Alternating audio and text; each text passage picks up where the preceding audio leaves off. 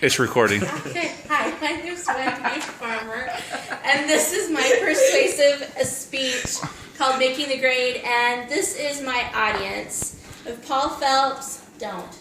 And then my boys, Balin and Joel, and then my husband who's holding the camera, Joel, and then my mother-in-law, Carol. Oh, hold on. There you are. Okay, so here's my speech, Making the Grade. So every day throughout the world, people go to school. From the youngest to those who are mature and seeking their PhDs, we all attend classes, we take tests, and we work towards being evaluated on the things that we're learning. Grading students and evaluating their progress is something that has been done for centuries. Testing is a vital step of the education process, and today, due to curriculum changes, more now than ever, it's important that standardized tests follow those changes and become relevant to what these children are learning. But are the tests really helpful for students as we think they are, or is there a negative impact? The goal is to show you that in practicing of the performing standardized tests, there needs to be regulation to limit the negative impact of testing so that students can move from their early years into their academic careers and be successful in taking their tests. So defining standardization. Standardization of tests means that they're pulling information together to bring it into conformity with a certain standard.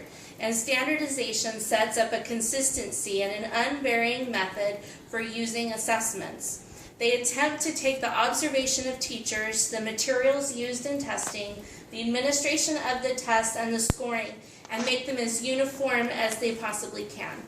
So, for an example, in the school year from 2012 to 2013, the children in the Idaho school and state of Idaho took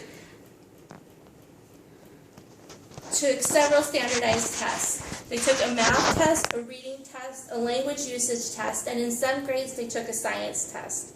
So for instance, a kindergartner in that school year would have taken 2 standardized tests, where a 5th grader like my son at the time would have taken 8 standardized tests, 2 at the beginning of the year in math and reading, and then 6 more at the end of the year, 2 in math, 2 in reading, and in science and language usage, which is a lot of testing and doubling up of tests.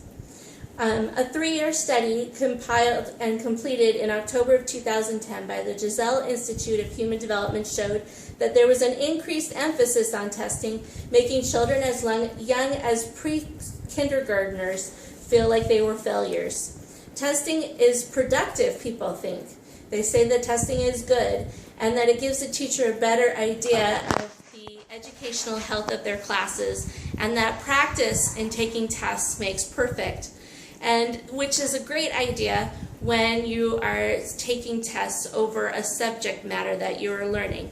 But I have seen many negative effects of standardized tests firsthand in an elementary school setting. I've seen students who have known their test score ranges, have gone in to take tests, have not done very well, and left dejected because they knew they didn't test within the appropriate range, only to have to come back the next day and try to do another test. I've seen where multiple tests within a week can be both emotionally, physically, and mentally draining for students and for teachers. I've seen valuable test time taken from teachers who have had to rearrange their lesson plans for testing. And I've also seen where computer instruction has stopped so that a computer lab could be used for their state testing. And during the 2012-13 school year, that added up to 12 weeks of instruction time that students were missing while they were doing standardized testing. So how do we avoid the negativity that comes with the standardized testing? Well, I have a few ideas. First would be to limit the time and the number of tests that are taken. By setting a time limit on tests, by setting a number of test limits, we're able to reduce the amount of testing that's done. And through the advancement in technologies, we can refine the data that comes from these tests to make the data more useful so they don't have to repeat tests as often. Another idea would be to keep scores private during the testing cycle.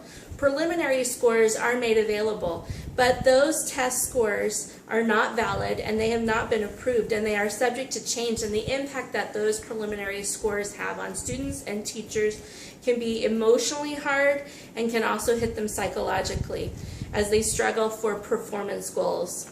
Working in the Meridian School District as the computer lab, I was able to help coordinate the testing on the campus. And one of the things that we really worked hard to do was to stress the importance of student responsibility in their tests, that they take their time.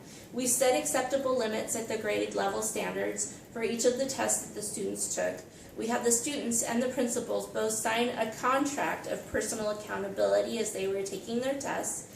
And then we stress the importance of taking their time and how taking 5 minutes could mean a difference between an okay grade and a superior grade.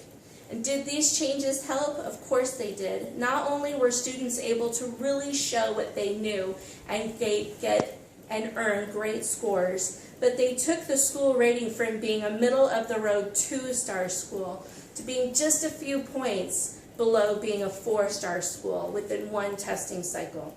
So does these changes work? They do.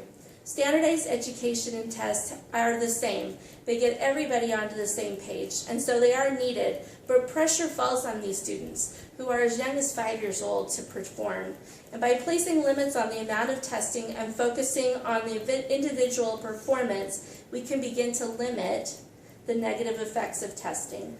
It's time that we put the notion of standardized testing to the test, and that we use the standardized test not for making the grade, but to redefine the grade. Thank you.